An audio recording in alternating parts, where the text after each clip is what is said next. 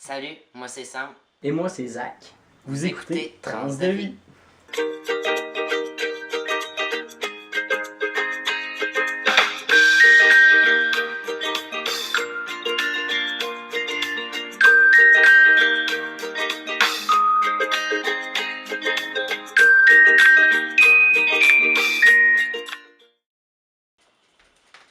Vous savez, dans notre société aujourd'hui, c'est facile d'inventer des histoires, de le passer au suivant, puis que finalement tout le monde y croit. Pour notre vidéo cette semaine, moi et Zach, on trouvait ça important de vous expliquer les mythes et réalités concernant la transsexualité.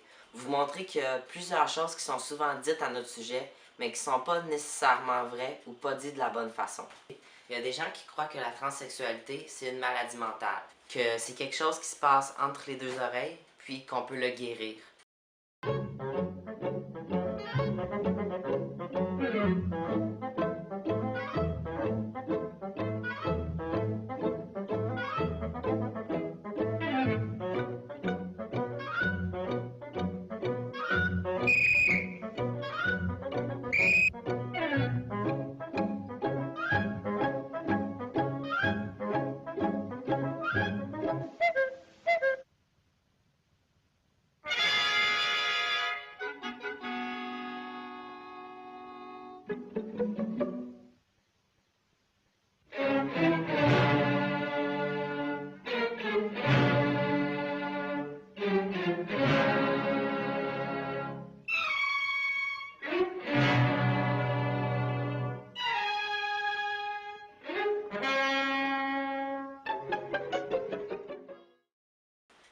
Par contre, il y a un recueil avec toute la liste des maladies mentales qui existent.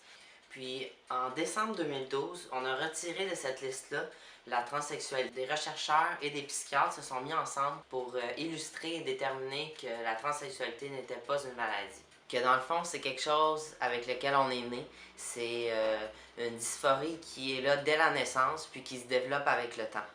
C'est pour ça que maintenant, lorsque on parle avec un psychiatre ou un psychologue, il va nous dire que ce qu'on a, c'est une dysphorie de genre. C'est un crisis d'identité qui nous amène à vouloir suivre des interventions pour que notre corps fitte plus avec notre identité. La transsexualité, ce n'est pas un choix. Je pense que c'est tellement un parcours difficile, un parcours long et coûteux qu'il n'y a personne qui va se lever le matin, décider de devenir un gars, puis un mois après changer d'idée.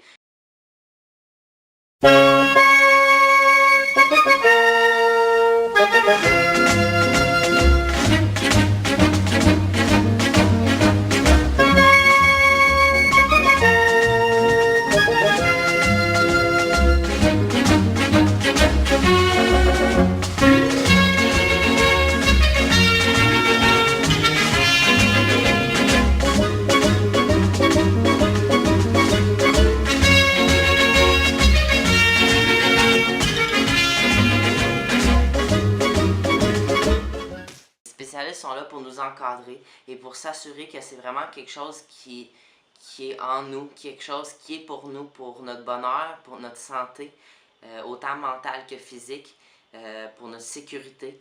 Donc, la transsexualité, c'est quelque chose qu'on est né avec et c'est quelque chose qui est en nous. J'ai aussi entendu à quelques reprises des gens qui m'ont parlé comme quoi que certaines personnes pensaient qu'on était des homosexuels refoulés.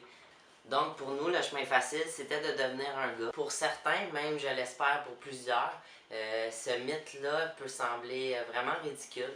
Puis dans le fond, ça l'est. Une femme homosexuelle et un trans, c'est vraiment pas la même chose. On en a un peu parlé dans notre vidéo plus tôt cette semaine. La plupart du temps, une femme aux femmes qu'on appelle tomboy, qui elle va s'habiller en garçon, va avoir les cheveux courts, ça va pas l'empêcher d'être à l'aise avec son corps. Intimement avec sa partenaire, ça va pas lui déranger de vivre des choses et de ressentir des choses. Par contre, la plupart des trans, eux, sont pas à l'aise avec leur corps, sont pas à l'aise avec leur partie féminine, et c'est pour ça justement qu'ils changent leur physique.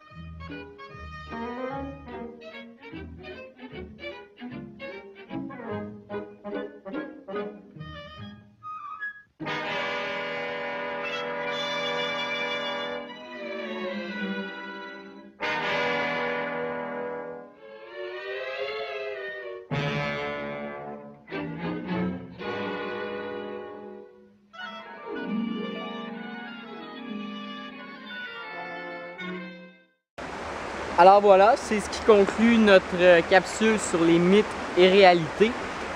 Comme vous avez pu voir, on en a seulement mentionné 3, malgré qu'il y en ait quand même une tonne. Donc il faut vraiment retenir que c'est pas une maladie, c'est pas un choix et encore moins de l'homosexualité refoulée. Donc là-dessus, je vous invite à aller liker notre page Facebook parce que là-dessus, on met vraiment les capsules qui s'en viennent, un petit peu ce qu'on est en train de faire, nos états d'âme un peu. Je vous donne rendez-vous là-dessus. Coupé! Bon, faut que je m'en aille, moi, là. Bon, c'est pas où, là?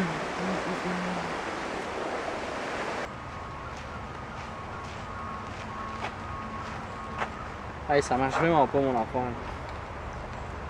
Je pense que je vais appeler Sam.